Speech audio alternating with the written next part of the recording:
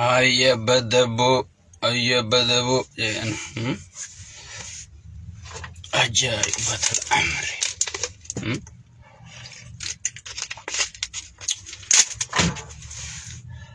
أشم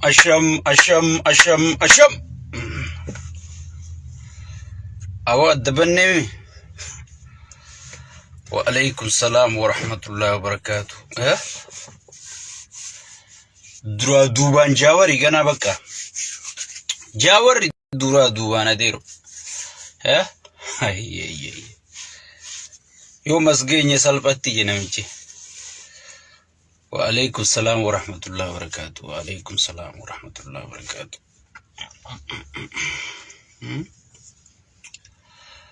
وعليكم السلام. جرتو يسن مي شير انفايت غورادا وليندا دكبادا ايغا دولي سيوام نيبودا يسن اللي فنه.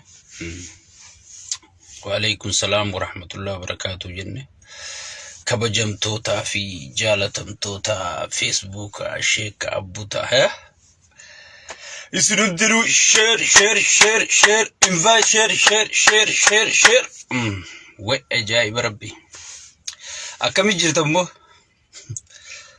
نيادني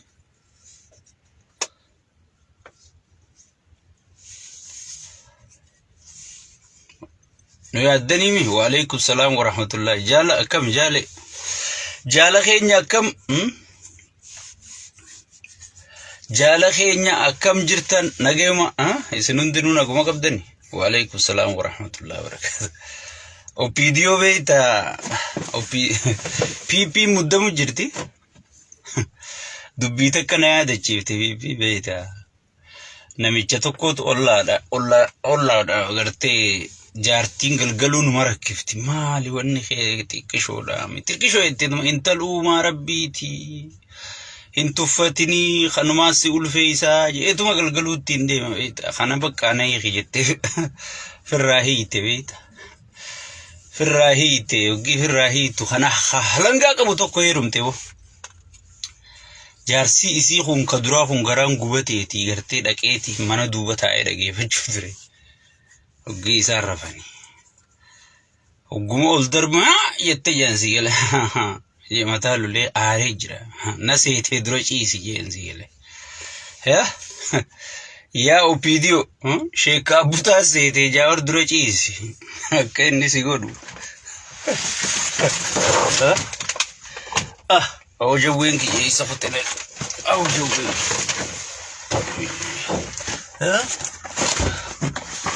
جوين كرهون دي سما جرا ايوه سيجله نسيتي دروج ايسي ينزيل شيك ابوتا سيتي دروج درات هاي ها دادا ماليزي غدو سيجله. وعليكم السلام ورحمة الله وبركاته. وعليكم السلام ورحمة الله وبركاته. نسيتي تدريسي وفيديو نسيتي تغانتو داتش دبده مارا دبده لتكنا نونجاني داتش دبده وامبر بادر دبده وفيديو ركز نونجا تيغري وفيديو في غرسان جولي والله غرين فايدة دبدني والله نتي خايو سبا فايدة سبا دبني مالي فايدة متى خينياتي كبسوتي زين سيغله نسيتي دروجي ستريسي سيغله. وعليكم السلام ورحمة الله وبركاته. أبو جالمروني جبيسي جاي جالمروني سيدا بشوفتو في أداما خيسا غورو أبو لجانسي قال متى قبي غورو جرياني شير انفايت قد أميسين دبينا جايبا حالا يرو خيستي كغاري ولله لونداوي دبين جبابر دبين جبا ديرو مالتاتي دبين جبدو. وعليكم السلام ورحمة الله وبركاته. نسيت هدروج إيسي جين جارسي اللي خجران قبتيبر ني قبتيبر ويدير قبتيهم تكاغرت جورما ما كنا ما وني ني غدي نما خنا بيت أكتي موتوما مرمن نما عند باسورد هي شخايبيت دربر نمني إثيوبيا تنا mootummaa Itoophiyaa tan uggee aangoo qabattee fi liqoon barootaa ukkatti kabajan hin garree warri biyya teenyaa bakka jalan dubbatan siigale. Wanni kun hundi isin harka jirti jee paaswordii katabee fi mootummaa tanaa isin mootummaa godhee maaliin gibiraan maaliin deeggaruun maaliin ijoollee tana miliitarii kennuu fi bar mootummaan turuu isinii jeeti ummata waa barsiise siigale. Ummanni guutuun paaswordii shiishaa qabaa beeta. Ummanni guutuun paaswordii shiishaa qaba siigale akkatti mootummaa mormu akkatti mootummaa deeggaru namni hundi shiishaa qaba rakkoon san ta'e beeta siigale. Saniifuu nama shawwaduu girgirii nama kaa'uun hin jirtu. Saniifuu amma tun karaa dhumaatirra jirti. Waan karaa dhumarra jiru wajjin dhumuun faayidaa nuun qabu sabaafillee faayidaan qabuun jaa isimee invite share godhaadha. Dheengadda wallaahi hedduu takkana gammachiiftanii isin galatoonfanne keessattuu duraan dursuudhaan Minnesota amma gara sagantaa kiyyaati seenaa Minnesota welcome isin hundinuu Minnesota galatoomaan isiniin jaa ummantoota kabajamaa jaalatamaa Minnesota baay'ee ilma keessan boonsiftanii boonsisuu qofa osoo hin ta'in hujii addaatti kennitanii jechuudha. Asuma warri jaawarganaa biyyatti hin galin maareetti hin galin mitirkishootti hin galin jettan jaawarganaa biyya galuu biraa kutee jira. Qabsoo dheessa geessee qabsoo eessaan geessee malee ganaa biyyatti hin galin mitirkishootti hin galini sigale 4 kiilootti yoom gallaa jettanii gaafachuu malee waa'ee biyyatti hin galini ganaa gubaa gataa hin jirtu. Sun dhumatti qumaara nyaatamee jechuudha. Saniifuu Minnesotaan baay'ee galatooma. Opiidiyoon namoota baay'ee hayluu kabbadaa nama jaamu Minnesotatti ergitee 7 as ture kutee jechuudha. Diaspooraa waan barbaadan isiniif goonaa dachillee isiniif kenninaa investment illee ni gootanii sigale nu dhageeffadhaa gurbaa kanaan bahinaa jedhaniiti hayluun as ture hayluu kabbadaa namni jaamu ergamee as ture kutee jechuudha. Sigale andeen gadda tanaan quba qabaa'ee Minnesota ilma kee hin qaaneysin ilma kee dhageeffadhu ilma kee gaafii ittiin heddummeeysin sigale gaafii gaafa namni kun nama gaafillee sodaatu miti gaafiin heddummeeysinii jedha ammachuun kiyya ni yaadatta moo yaadatta sigale nuti waan qubana qabnurraahi iyyinaa jechuu sigale akkasuma Minnesota keessa gaafii nun jirtu maaliif duraan beeyna nu guddise guyyaa morminu beeyna guyyaa isaa harka dhooyinu beeyna guyyaa deeggarru beeyna bar gartee isin rakkoon keessan gaafa nuti jaawar morminu sanfa isiniif haara jaawar kun sigale nuti wajji guddannee nu guddifate Minnesotaan sigale sa'aatii inni nurraa jarjarees ilma keenya ilma abbaatu hidhataa janii saniif hidhachuu turre jechuudha. Dura dhaabbachuu turre opiidiyoon haareetti gaa nama garaaf bitame nu seete 7 dabre as 7 as ture namichi suni sigale waajjira muummichi ministeera irraa ergameeti as ture. Isin dhageeffannaa isin dachillee isiniif kenninna investment illee ni gootanii OPD diaspora jechuun gartee lafee dugda keenyaati khota biyya teessan guddis bar OPDon tun bar akkuma isin namni garaan bitama seeti bar yaablees nuti bar agabuu bullee waan qabnuun dadhawanne yoo Oromoon nu bilisoomte yoo Oromoon mataa ol qabattee deemte yoo Oromoon gidiraa raabaate yoo Oromoon ajjeefamuu dhiifte hidhamuu dhiifte gibiran taane raffeeyamu sigale khaadiree gabbaruu dhiifte sigale sirni bilisoomee Oromoof nagaya taanaan diasporaan tokko bashannanuu malee taphachuu malee sigale irran kaayyannee bar waan isin haasuytan yaa abbootii gara yeroo hunda isinumatti himnaa jechuudha. Akka waan garaa namni isaan deeggaruu khootaa jedhanii asii gartee as dhufee kadhachuu ture nama meeqa nama 8 bira dhaqee jedhanii Minnesota miliyoona 60 Oromoon namoonni 60,000 ol jiru namni 6 moo 7 bira dhaqee jedhan sigale sunuu gaafii dhaan isa afan faajeessee kutee jedhanii so akkasii qaanee kutee Minnesotaan hedduu baatee nu boonsiftee Minnesootaan galatooma. Warri Minnesootaan gammachiifte sheer godha waliin gayaadha. Minnesootaan dhaamsallee jajjabaa dhaammatte tokkummaa Oromollee hedduu dabarsite. Mee waan lamaan takkaan isinii tokko. Waan Minnesootaa keessatti Minnesootaa keessa namni dilli galma guute sun namoota yaada adda addaa qabu. Hagam takka akka Oromoon dammayte wanni tokko akka gaariin na gammachiise. Wanni tokko kaniin akka gaariitti haga irratti fi gammadu jiru. Sadarkaa dammaqinaan ummanni Oromoo irra dhaqeetu baay'ee takka na ajaa'ibsiise. Baay'ee takka. Ni keessattuu Minnesootaan dammaqina akkam akka qabdu baay'ee takka na ajaa'ibsiise jechuudha. Mee isiniifillee niin qooda seenaa dara. Namoota mee eenyu yaadata namoota tokko dura Ahmad Dallalen kan jaaniin kitaaba Jaawar Muhammad printi godhuudhaaf nama $3,000 baase. Sigale ni yaadatanii namni sun deeggaraa waraana bilisummaa Oromooti jechuudha. Sigale akkasuma Ridwaan deeggaraa ODF turre jechuun hundi ODF jechuudha. Deeggaraa Leencoo Lotaa ODF jechuudha.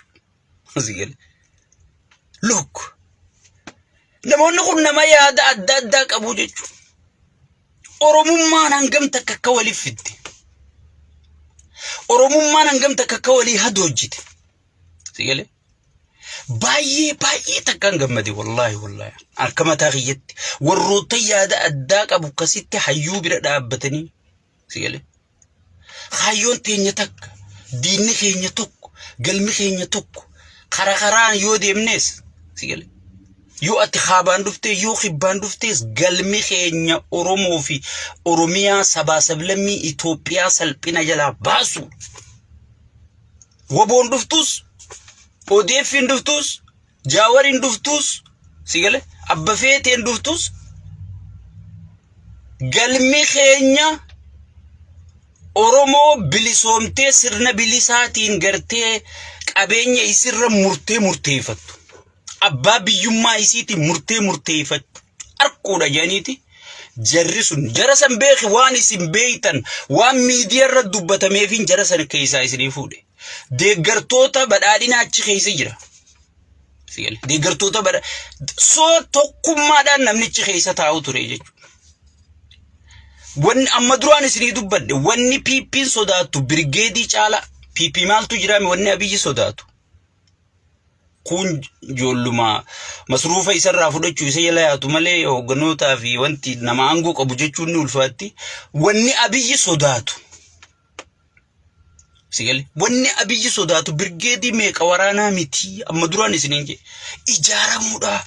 Nama ijaarame wanni inni sodaatu. Sigale nama ijaarame. Namni ijaarame eessa jira? Eessa deema? Galmi keenya eessa jee wal gaafata. Yoo ijaaramte humna taata. Yoo ijaaramte ilaameedhaan gartee qabsootan bakka silaa barbaadde san geessa ni beeka nama ijaarame. Tanaafi tokkummaa Oromoo caccabsu. Jimmaa fi Arsii jee namni muka walit dhiibu. Arsii fi Wallo jedhanii muka walit dhiibu. Maarree fi maarree jedhanii wal cafaquun kullaali isaaf celebration gammachuu oliiti isiniin hin jenne amma dura. Sigale amma maal jedhanii gartee shawaa aangoo fudhate maarree aangoo fudhate mitrik olola kanaa kana oofsisu isa. Sigale olola kanaa kana guutuu isa oofsisu isa. Shawaan aangoo qabdu jirtu durriyyee gartee barandaa jala dhadhaabbattu maqaa shawaa dhawattee tachi dhadhaabbattu ergamtuu garaa isii guutuu ergamtu kun shawaa bakkan bu'u. Sigale Arsii bakkan bu'u Harargee bakkan bu'u Jimma bakkan bu'u Wallo bakkan bu'u Wallagga bakkan bu'u jechuudha. Kun garuma fi bakka bu'aa jechuudha. Sigale inni maal barbaade gartee mootummaan tu mootummaa abaluuti ta shawaa maarreeti shawuma tanaa bar shawaa baa shawaa lixaa shawaa kaabaa shawaa miitirkishoot adda qoodeeti. Ingertu nugusu tarrafa wal khoratu shawali litarrachi jira jaan Sigale hoggi litabiru dhufe. Hoggi Wallagga biru dhufe ingertu garramuu daddafa gangalchaatu jira jaan Sigale. Shaytaanni isaa gangalchu. akkanaan gartee sirnuma paartichuma keessattuu wali buuse amma PP namni beeku sirri beeka waan kana waan ina naasoo kana isin PP TV irra gartan malee lafatti beeytan nuti lafa beeyna sigale namni kun hundi laa'ina mataasaa qabaa jechuudha akkana diigeeti gartee namni hundi prezidaantiin Abiyyi irraa eega itti aanaan prezidaantii Abiyyi irraa eega itti aantuun prezidaantiitis hundi Abiyyumarraa walee iddii jechuudha memmalala yeroo hunda waan amma deeggartoota illee jechuun namatti ulfaata waan caraqa bazabbazaa asirraa mootummaa Oromooti jettu sana inni rakkoon qabuu jette warra jalaas siin jetti sigale maaliif akkasi jaarratee jechuudha sammuu namarratti akkasi taphate miidhamaaf akka nutuu dogoggorree Shimallis irra duuluun turre nutummaanu hanga dubbiin arkin dogoggorree Shimallis irra duuluu turre garuu duulli keenya sun illee lafan banne abbaan badii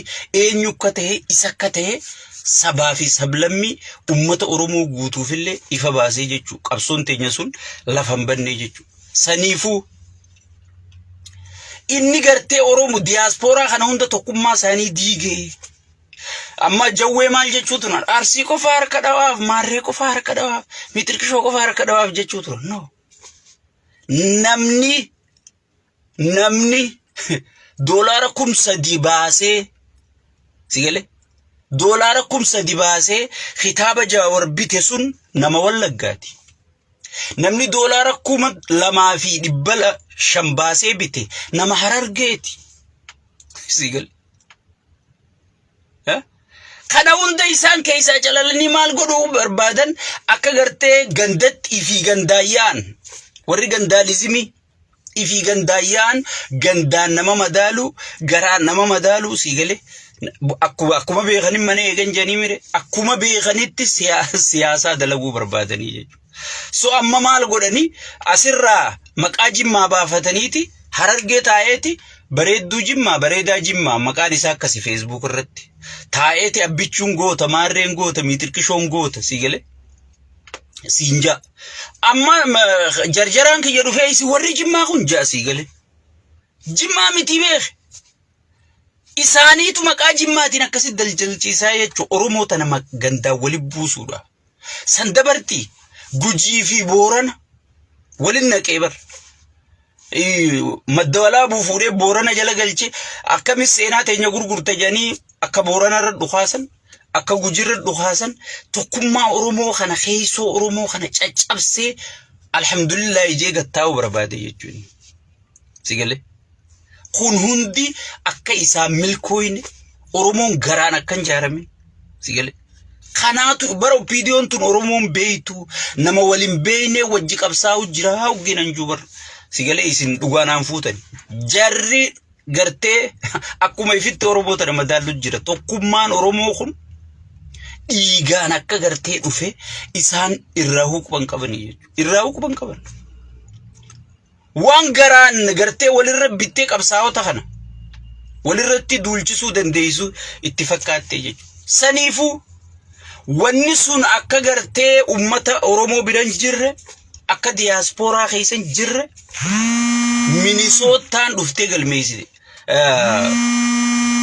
Minnesootaan mirkaneessitee jechuudha eegalli gaajarri keenya qata godhuuf sigale Minnesootaan mirkaneessitee jechuudha Minnesootaan dabriiti ammaasis Oromoof Oromiyaa Oromoon akkan diigamin Oromiyaanis akkan diigamin federalizimiinis akka diigamuun dandeenye jala murteeti dhaamsa ergitee jechuudha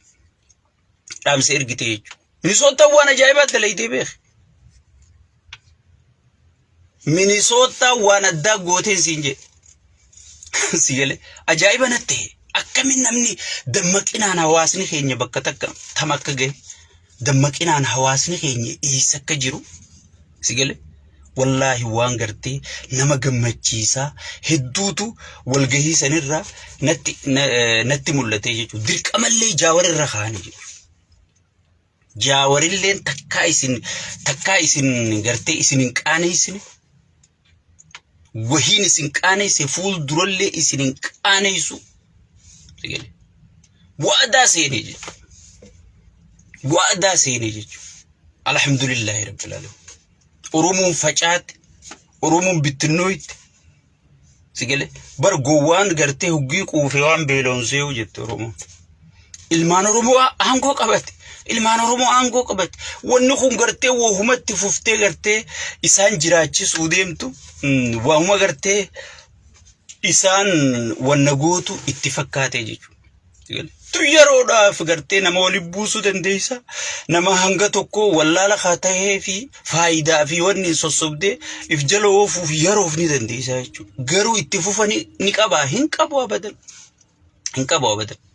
saniifu Minnesota waan adda adda leeyte Minnesota ililli facaasaa Minnesota waan adda adda leeyte jechuudha tokkummaadhaan dabarsiiti inni akka maal eegu jiran isaan ummanni oromoo wanni irraa if eegu dhaamsa kiyya kana please waliin naagaya ummanni oromoo wanni walirraa eegu qabu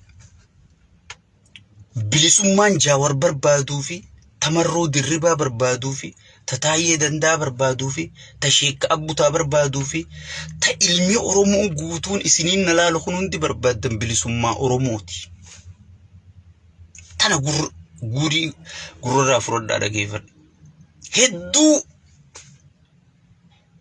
amma warri wobooti cal jechuun kun warri khaafaawati cal jechuun kun oromoon gartee cal jettee waan jaawar godhu tana duraas dhaabbachuu dhabdee sigale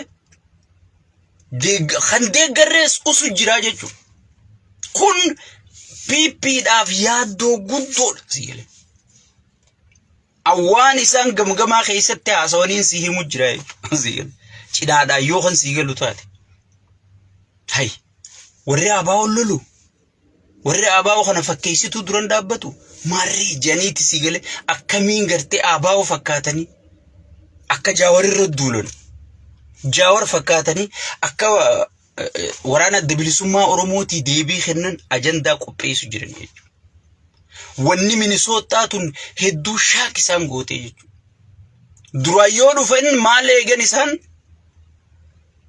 ay namni hedduun itti mufate namni hedduun itti aare sheekka abbutarraa eegali nama facaasee kee biyya galee mana OMN hunda gurguree maarree janii olola bar akka nama oromoo yaadutti akka nama naa yaadutti banna dhufanii na boochisanii yaa sheekka abbutaasi hunda dhiisee kutee biyya hay inni ateo maal naa goote injeen tokkoon si haya inni na dhiisee biyya galee ateo maal naa goote ati biyyaa ulchu jirta ateo maal naa goote injeen ni jiraami je maaltu jiraan je sigale aango qabda aango qabda waa hunda harkaa qabda hayyee waan inni na dhiisee galee mee ati na fudhu galiin jeen sigale kijibdu ifiifi sumaa siin godhan bar garaa isaatiif duulaa maarree isaatiif ifiifuu ummata saamaati garaa isaati ummata saamataati ati maal siinja garaasaati jecha ummata oromoo saamuu fi duula ummata oromoo kana godhuuf duula siinja bar inni maal godhu jira sigale saniifu lal galmi keenya oromoo bilisoomsuudha adeero waboonis jaawaris guuza wabooti bakka marroo duraa irratti guuteetiifi marrooni bakka jaawar duraa irratti guuteefi sigale wal dandeessee ijoolleen tun oromoof oromiyaaf Itoophiyaaf falmaa jirti jechuudha kun akkamiin milkaa'oo janii dura dhaabbachuu jira ummanni oromoo deebilleen kenninaaf nama abaa'oo deeggaru kan dur beeytanillee yoo gartanii jaawar kana isaa dura dhaabbatu gartan ergama addaa duuba jira ajandaa amma faca'u deemuun si himan sangubbarraan jaawar maallaqa Ijiptirraa fudhatee maali mitirtisho jani yeroo hunda gaa isaan rakkoon isaanii tanuma ifiifuu bari Ijiptii wajjin araarsaa janii halkanii guyyaa dheengadda Hassan Sheekit tana hunda hime abii rabbii jigaa ni beeyte Isaayyaas sun gartee eega na eegale nan dhiisuun taa'uuti rabbi sodaadhaati nu araarsi jeensi gale Tanaas arguuf teessu yoo kan itti milkaa'an taate dubbiin gabbaatii jechuun turtu. Akkuma bishaan sangartee boodarra bishaan dhabnaan yaameeti bar ummata Itoophiyaa koflee bar abiyyi ummata Itoophiyaa koflu jira ummata gowwaa hoggiin fedhe harkaan dhoysisa bishaan bahara isinii fideeti jeetiin harka dhoysisa hoggii fedhe immoo baharri hafe jeeti Hassan Sheekii wajji footoo ajeeti dhaabbatee akkasi dhaqdhaqdhaqetti arranumaatu gabbaheeti anguyyumaan Musabee hee wajjiin farrameen alatti Musabee uumamuu quban qabu takkaa isaanuu waliin garree jeesi deebee saniifuu ajandaa kiyya deebuudhaaf wanni kun baay'ee takka isaan yaachisee jira jechuudha. Akkammaas Oromoon Amaarri nu dhufuuf deema jee iyyituu barbaadu jiranii jechuudha. Ajandaan kun akkamitti dalaguu didee janii iyyuu jiranii jechuudha. Sigalee ajandaan kun akkamitti dalaguu didee janii iyyuu jiranii jechuudha. Isaan akkam barbaadan Wallagga Shawaa memma waan maraattu asirraa farshoo dhuydee iyyitu tana faalaala jimma kana jimma maarree jedhan afaan bananii afaan hankaarree guddaa kana bananiiti jimma miitirkishoo jimmaa fi abiyyi maaltu waliif fide abiyyi muummicha ministeeraati. Isaan maaliin si madaaluu barbaadan gandummaan akka jimmaa muummicha ministeeraati. Shawaatu pirezidaantii Oromiyaati. Shawaan silaa pirezidaantii Oromiyaa taatee dhumti. Jimma silaa piraayim ministeera namichi kun nama jimmaaf yaadu ta'e jimmaaf dhimmamu ta'e. Sigalee jimmaaf dhimmamu ta'e jimma irra manni irra diigama. Sigalee mee namni qixa jimmaa rakkatu jiru. Anarra duraan isinii dubbadhe jimma Harargee Baale jee lafa isinii kaaye. Okay mee jimma maaliif akkasitti? Namni gurra qabachiisanii manguddoo cafaqan jimma moo jimmaa miti? Akka waan akkanaan Oromoo madaaluu barbaadanii jechuudha. So saniifuu isin waan kana gurran kenninaaf naa isiniin jedhe. Awwaan kana naa keessa ture laa sirriitti hin beeku. Waan amma caraqaa asii farshoo dhuydee asirraa iyyituu fi boochuu tana hundanuutu wali qabee jaare sigalee. Saniifuu tun gatii takka hin qabdu tanaaf gurran kennina. Tokkummaa keessan jabeessa. Waboonis obboleeyyan keenya. Kaafaa'oonis obboleeyyan keenya.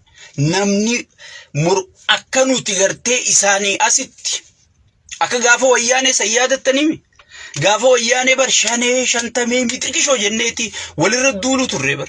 Rabbumaan nu milkeesse malee rabbumaa dandeettii isaatiin nu milkeesse malee bar walirra duulu turre akkas barba akkami kun milkaa'uu dhabe janiiti. Amma guutuu ambaasaaddaroota biyya yaammatee jira jechuudha. Guutuun ambaasaaddaroota warra baqatee dide malee kun yaamamee jira jechuudha. Diyaaspooraa faayidaan addan facaafne faayidaa dura qabdanii addan facaafne kuduu diyaaspooraan jaarame Amaaraa Oromoo jettanii walirratti hin kaafne madaa durtii PLF godhe hundatti tuttuyxanii nama walirra kaasuu hin dandeenye dafaa koottaa jee amma wallee hudduu keessa tumuu deemaan si'a. Yaammatee jira jechuudha. So saniifuu ummanni keenya dammaqinaan qabsoo amma deemtu tana ilaaluun baay'ee barbaachisaadha jechuudha. Jaawar amma maraataan irra guddaa maraataadha. Namni karaa sii cufu hin jiru. Namni siiduu hin jiru. Namni karaa cufi jiru. Karaa miti mana keetuun cufii yoo barbaadde. Waraabessi haaree teetii seenee wadala kee hunda si harkaa nyaatu. Mana keetuun cufir usii taa'e. Namni karaa cufi jee yoo siin jiraate sheekaa abbutatti himadhu. Nam tokko karaa cufi siin jiru qabsoon karaa tokko qofaa miti. Qabsoon bifa jijjiirrachaa dhufaa. Akkuma gaafa dur.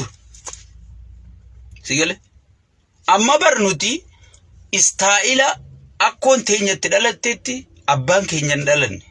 Sigalee istaa'ila abbaan keenya dhalateetti nuti hin dhalanne jechuudha. Ilmuma tanaa hubarra hirriibu malkanii waan istaa'illi jijjiiramaa dhufa sigalee istaa'illi qabsoo jijjiirameera adeeru.